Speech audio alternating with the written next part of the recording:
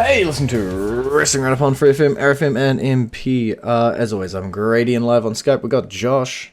Hey, We got a lot to look back on and a lot to look forward to, but let's start with NXT Halloween Havoc. This weekend, we had 5 matches on the card. Starting at the bottom, North American Championship was on the line. Tony D'Angelo hidden in the champion, going up against Obafemi. They spun the wheel, they made the deal.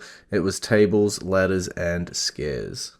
I mean, it was the right decision, right?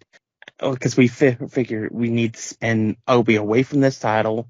But whatever he does next, it needs to be something different. But if you're going to have that stipulation, why make it a pinfall or submission only match?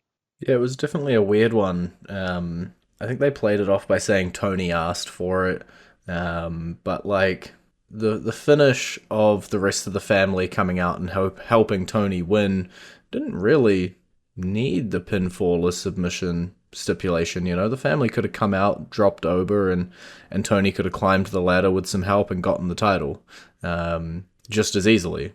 I don't see necessarily why, other than the fact that maybe they wanted Tony to be able to say that he pinned Obafemi.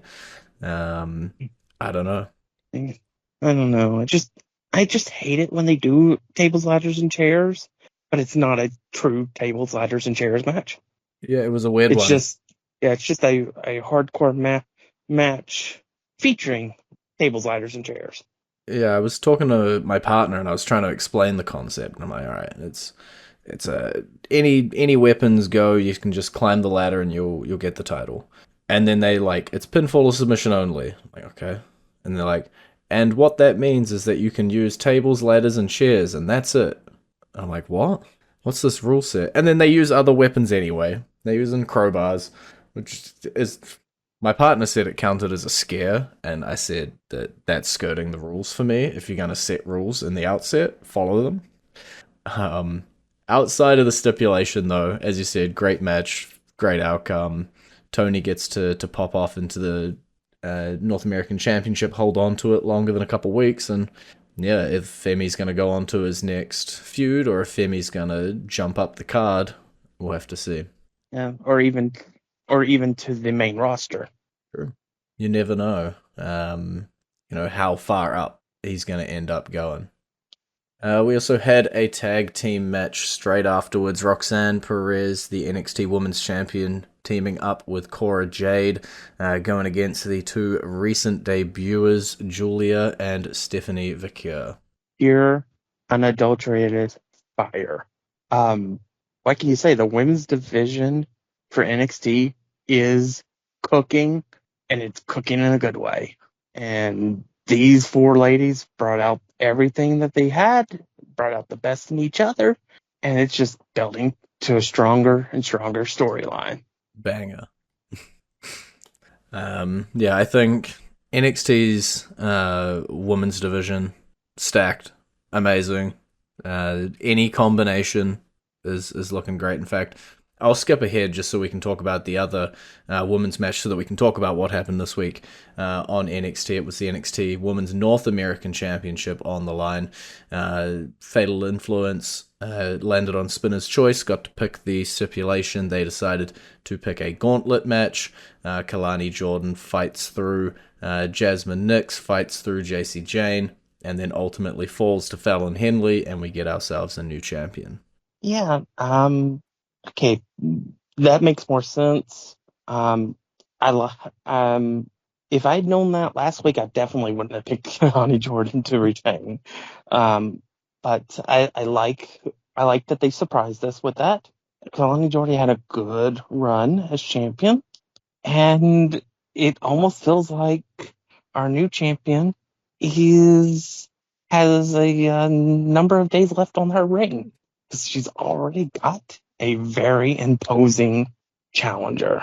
Yeah, I think it's interesting to talk about the NXT Women's Division as a whole, right? Because Zaria did show up at the end of the tag team match. Zaria showed up at the end of the North American Championship match, laying people out. that sets up our segment for NXT this week, where we ended up with all three members of Fatal Influence, as well as Cora Jade and Roxanne Perez, sort of looking like they were going to stand tall, until across from them we got Kalani Jordan, Stephanie Vaquer, Giulia, Zaria, and Jordan Grace from TNA coming down to make it a 5 versus 5 next week on NXT from Philadelphia. And that's 10 amazing talents sitting in the ring, and so many intermingling stories, right? I think Kalani versus Fatal Influence, obviously not over. Giulia, Stephanie both want shots at Roxanne still. Zaria could honestly just take anybody out. I don't really know what her definitive goal is going to be after this 10-woman tag. It's possible that, some of these Zarias or the Stephanies of the world decide they don't want to be on the good side, and potentially that'll even the odds, but stacked. Yeah. This match next week in Philadelphia is definitely showcasing the entirety of the strength of the women's division. And I expect it to be crazy. Yeah. I think all 10 women are going to get a moment to shine. And at the end of the day, the faces will reign supreme. But it will be a fun way to get it there. Yeah. And let's not jump over the ambulance match in the middle as well. It was Ridge Holland. It was Andre Chase. Ridge comes out on top. Yeah, it makes total sense. The stipulation was really for a very heel Ridge Holland to come out on top and get stronger. And it seems that he's got this budding rivalry with Hall of Famer Bubba Ray Dudley. That's also kind of like pushing towards our NXT championship as well. Yeah, let's talk about the NXT Championship, and then we can talk about that, because it does seem like a lot of these storylines are crossing over. So we had another Spin the Wheel, Make a Deal match, this time coming out on Devil's Playground. Trick Williams walking in with the championship against Ethan Page, and walking out with it as well. Yeah, I kind of agree with the match. I mean, after you switch it off of Ethan, I don't think you can switch it back. And there's more stories that you can do with Trick on his way, and he can make more guys. And it definitely feels like it's going to be him versus Ridge Holland at the next event. But I love Trick Williams. I think he's a phenomenally talented wrestler. And I think the future is bright for him, and I still think the future is bright for Ethan Page too. I just don't know what is next for him. Yeah, it's one that's all over the place. I think I know what's immediately in front of them based on what we had on NXT this week, because we're setting up for the NXT show in Philadelphia. They're putting on a couple special weeks. We had the Chicago show, the St. Louis show. Now we got the Philadelphia show, and they're promoting quite a lot of ECW stuff. I believe we've got a hardcore match with Dawn Marie as the special guest referee, and as well as that 10-woman tag, we're also going to have Bubba Ray Dudley and Trick Williams taking on the team of Ethan Page and Ridge Holland, seemingly, which should be a bit of a pretty much just a fun one. But I think you're right that spinning out of that, Trick Williams versus Ridge Holland is probably the most likely next championship match of consequence, I guess. That's weird, because I thought I'd seen that Bubba Ray Dudley turned down the tag team match. That's what I thought as well. This is the loveliness of recording while NXT is like just finished. But I believe it went ahead based on like a tweet I'm looking at. But don't quote me. But I think that tag match will be happening whether it's Bubba in that role or if they switch him out. I think Rob Van Dam was floating around as well. I still see that 2-on-1 with him getting a bit of help, regardless. Yeah. Screw it. The TNA NXT stuff is still going on, right? Because we still have Jordan Grace. the tag team partner, Tommy Dreamer, Yeah, there you go. who is actually head of creative of TNA. I quickly skimmed the clip. Bubba turned it down until they started attacking him, and Yeah. then he Okay. accepted the match at the end of the segment. So yeah, Okay, I didn't see that part. it'll be yeah. I assume we're gonna see Ridge Holland, the Trick Williams, which was we talked about if Ridge Holland wins that they're gonna just build him up as this monster heel, spinning off of Chase U. Um, I don't know if I quite expected him to go all the way up to the NXT Championship scene and that main event scene, but it makes sense. Well, But we'll we also have to. I think we also need to say, I have no idea what they're going to do with Chase U anymore. oh yeah, Because where do you go from having him escorted out of the building in an ambulance from here? yeah, we'll have to see how that develops in the coming weeks because things don't look good for Andre and his Chase U. Well, it is about time to go into our entrance theme of the week. We're going to pick the NXT champion Trick Williams, and that song is playing for you right about now.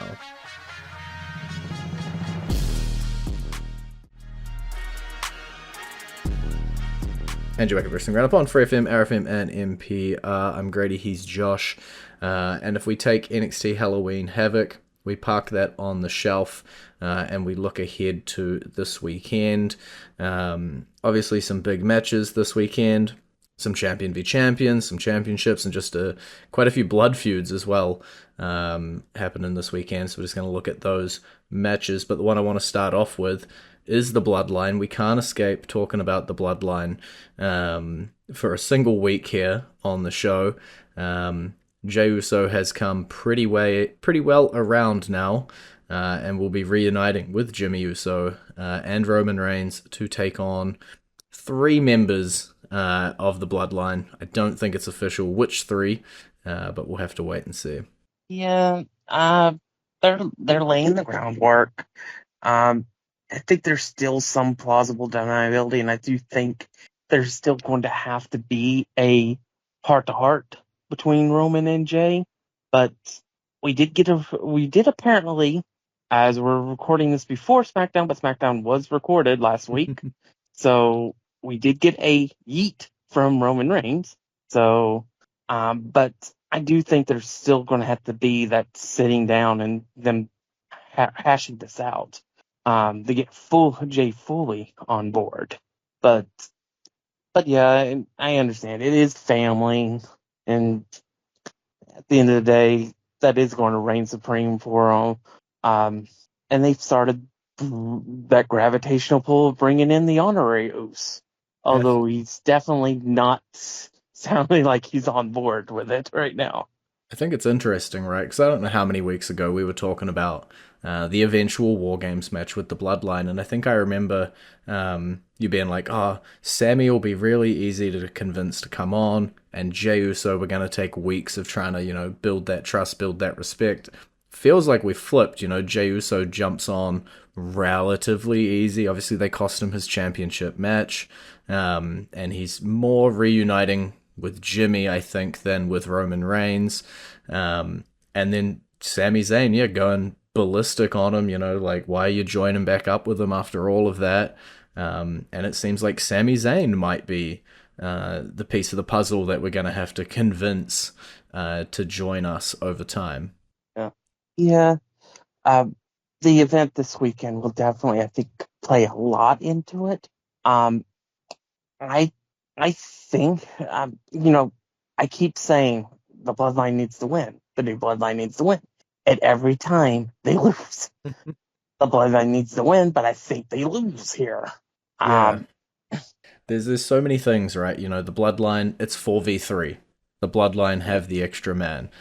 Jey Uso, maybe he isn't fully trusting of Roman Reigns. So many tally marks in the Bloodline's column.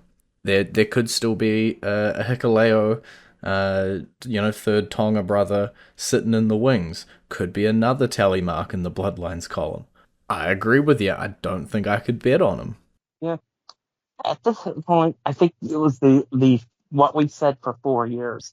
Never, ever, ever bet against Roman Reigns. That is the case, and it will probably be the case this weekend as well. But while we're talking about tag team action, women's tag team championships, we alluded that there were quite a few teams being involved cross brand in this storyline. They decided to pick them all up, jam them together in a blender, and we will be getting a fatal four-way tag team match for the championships. Cargill and Belair defending against Damage Control, Legend and Jackson, and Green and Niven. I think this will be a fun match. I'm not entirely sure where they want to go with this, but I think it'll be fun. Um, Half of me wants to see Green and Niven win. A quarter of me wants to see the NXT girls, who I think got called up to be part of this match, win. And quarter of me is saying, against all odds, somehow the champions will retain. Um, I'm going to go with my gut and just say, I think at the end of the day, Green and Niven are going to walk out with the titles. Yeah, for me, this match has no like disappointing outcome really. Like I'm a big Damage Control fan. I like Kyrie. I like Sky. If they picked up the titles again, fine by me.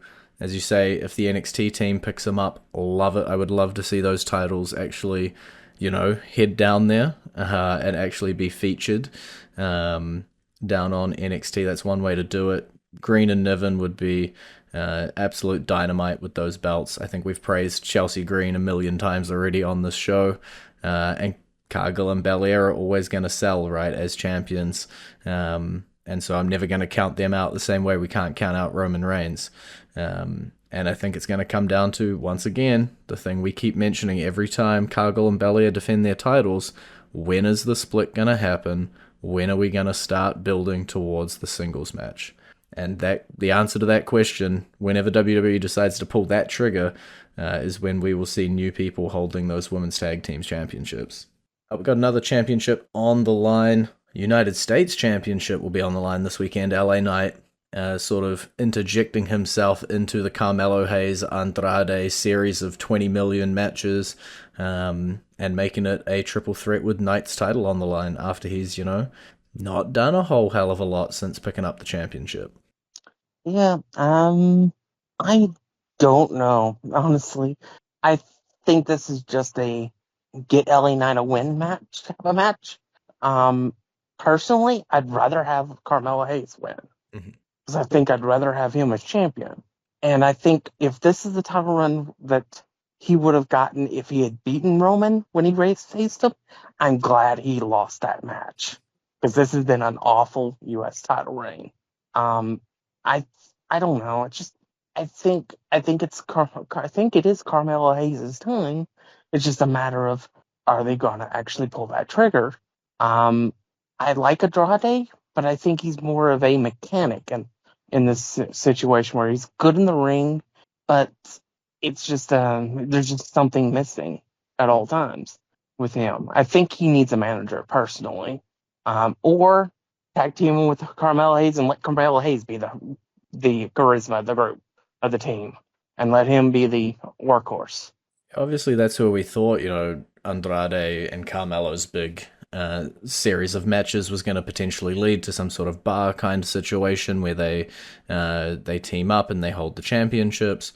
But interjecting the LA Knight part, you're right. There's two outcomes to this. I think LA Knight is in the match just so that he can be defending his United States Championship. They didn't have another feud for him, and he'll walk out with it. Or they do want to strap one of these other two fellas, and they want to go ahead with him as champion and potentially fold that into the feud. I don't quite know, but in a sad way, I don't really super care. Yeah. Hayes and Andrade putting on great matches. Knight's fallen flat. I don't have a lot of hype behind this match personally. That's just me. Yeah. Personally, I think what I probably would do is I'd probably have them both pin LA Knight and then have them do a series of matches for the US title where there has to be somebody who comes out on top. So like a best of five. And then crown the new champion that way. And just then that gets it off the LA Knight and makes the series of matches mean something. Fair enough. I'd be fine with seeing it. Gonna jump through now over to the champion v champion, see if we can run through these matches. Men's champion match, Gunther versus Cody Rhodes. Heavyweight champion versus WWE champion. I think this will be a banger of a match. I think it'll be a really, really good match. And I'm going to apply the same logic I used earlier and say you can't bet against the guy that actually beat Roman. But So can you I'm going bet to go with against Cody. Gunther? Yes, Okay. because I've done it before and was correct.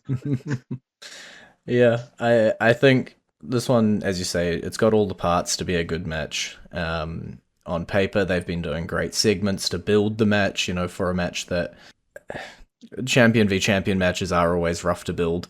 To provide them a bit of a reason, more than a bit of plastic. I do think Cody Rhodes probably has the edge coming into it, but just for the sake of having a bit of conflict, I will pick Gunther. But, you know, Gunther has a line of enemies behind him. Cody Rhodes has a line of enemies behind him. Who knows if either of those competitors make it out clean from this match. At least neither has to deal with a Money in the Bank briefcase, which I think is a segue to our other match. You did provide me a lovely segue. Liv Morgan, the women's world champion. Nia Jax is the WWE women's champion. And as you said, Tiffany Stratton's sitting in the wings with her Money in the Bank briefcase. I will say this. I think it'll be an okay match. I don't think it'll be a great one. And I think honestly, I think Liv wins because I think she is going to. I think Dom is going to interject in some way, and they are going to lie, cheat, and steal that championship match belt thing. Then they're going to bolt, and whatever it was that they did is going to hurt Nia Jax enough that her best friend is going to cash in on her and become the new WWE Women's Champion.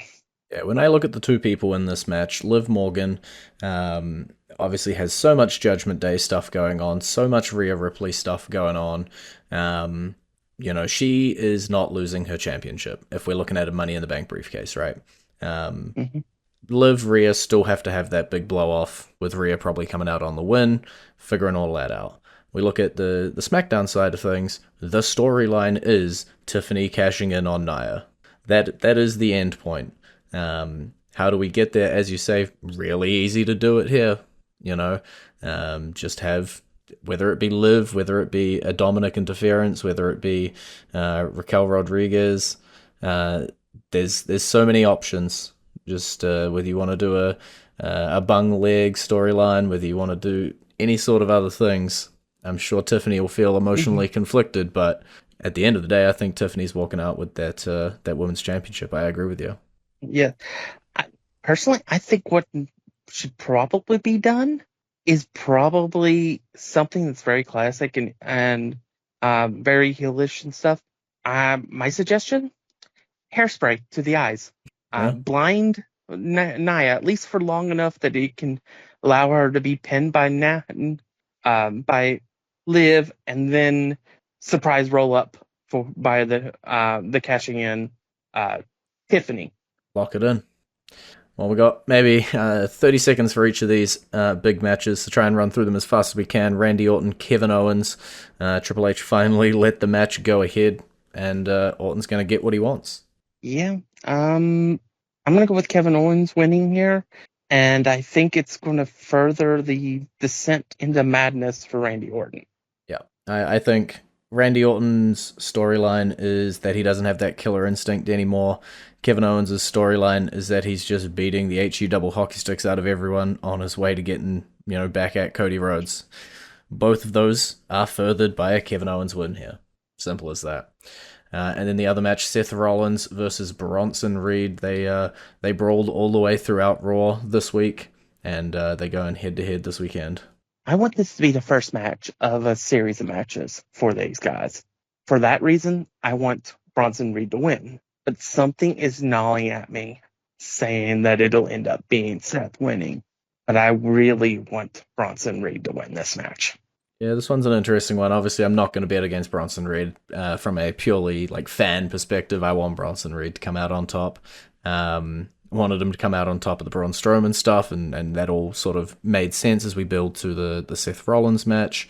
It's crazy to me that we're brawling all over the place. We've had this massive like feud that's running. We've injured each other, and we're going to put them on a straight singles match. I honestly could see this ending in some sort of no contest, disqualification, double count out, something like that.